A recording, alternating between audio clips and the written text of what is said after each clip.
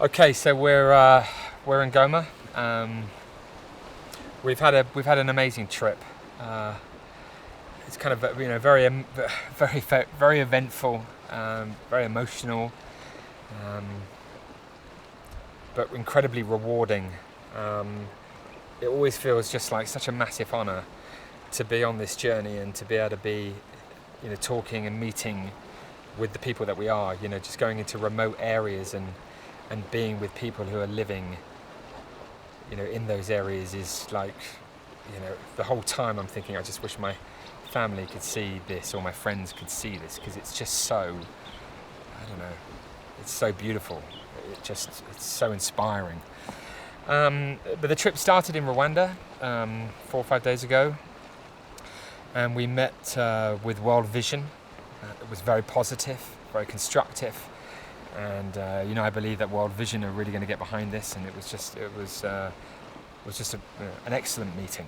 I then had a meeting with UNICEF and UNDP, the UNHCR, reference them becoming involved across Rwanda, and again, like all of the meetings with people from the United Nations, they were very willing and very interested in looking at all of the opportunities and getting us back to Rwanda in a few weeks' time to kind of get down to the basics and work it out. But again, very successful. Then travelled here to Goma, spent a little bit of time here, spent one night, did a security briefing because we were off to Rwanda with Search for Common Ground. That's an area about 6 hours from here. And in that city, we met all kinds of people. But it was really an opportunity to be with the teams from Search for Common Ground. Search for Common Ground are very much behind Peace Day, supportive of Peace Day. They were at the press conference on the 18th of March. And it was kind of three kind of key areas that we are going to work with them. And that's around the radio. They have radio stations and relationships and can really help us to send the message out.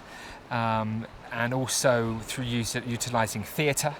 They have a wonderful theatre programme where their teams go out into the community, do research, find out what the issues are, work on it overnight, go back the next day and perform it for the people, in the centres. I mean, really, fascinating work. And then they have a reconciliation programme, which we saw.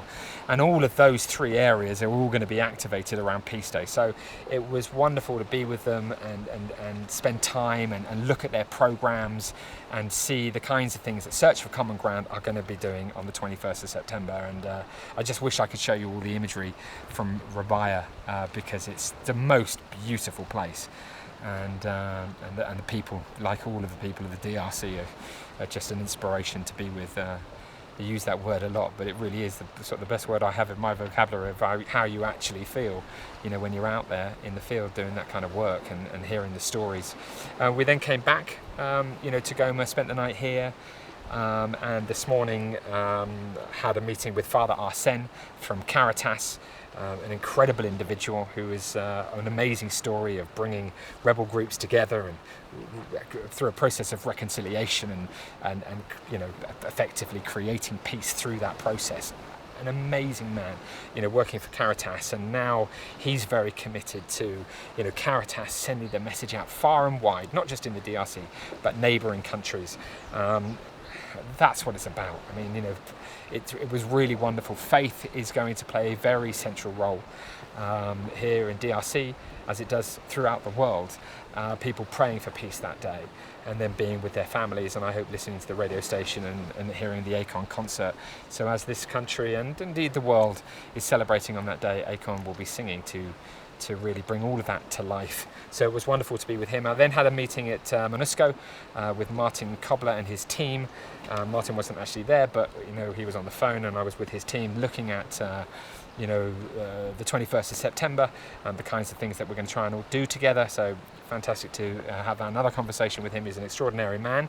And then went on Radio Okapi, and Radio Okapi is an incredible radio station built by the United Nations, really, and MONUSCO, and listened to by, I don't know, millions of people. I think something like 27 million people listen to that kind of a show.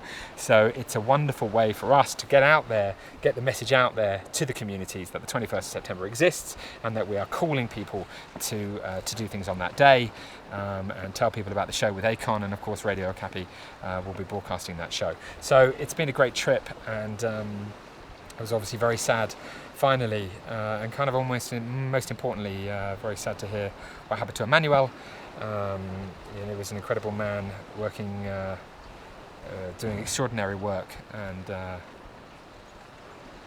he was shot a few days ago. He's fine and he's safe, and so all our thoughts go out to him. And a wonderful film that Howard Buffett has produced opened at Tribeca only a few nights ago, which tells the incredible work of Virunga National Park and what's going on. But I've had the great privilege of travelling with him and filming him, so our thoughts are with him and his family. And we move forward. Lots of trips planned, lots of things going on, and I couldn't end this without saying, what will you do on the 21st of September? Please plan and start thinking about the kinds of activities that you can carry out on the 21st of September. Please join Facebook, follow on Twitter @Jeremy Gilley, and here's to Peace Day from Goma.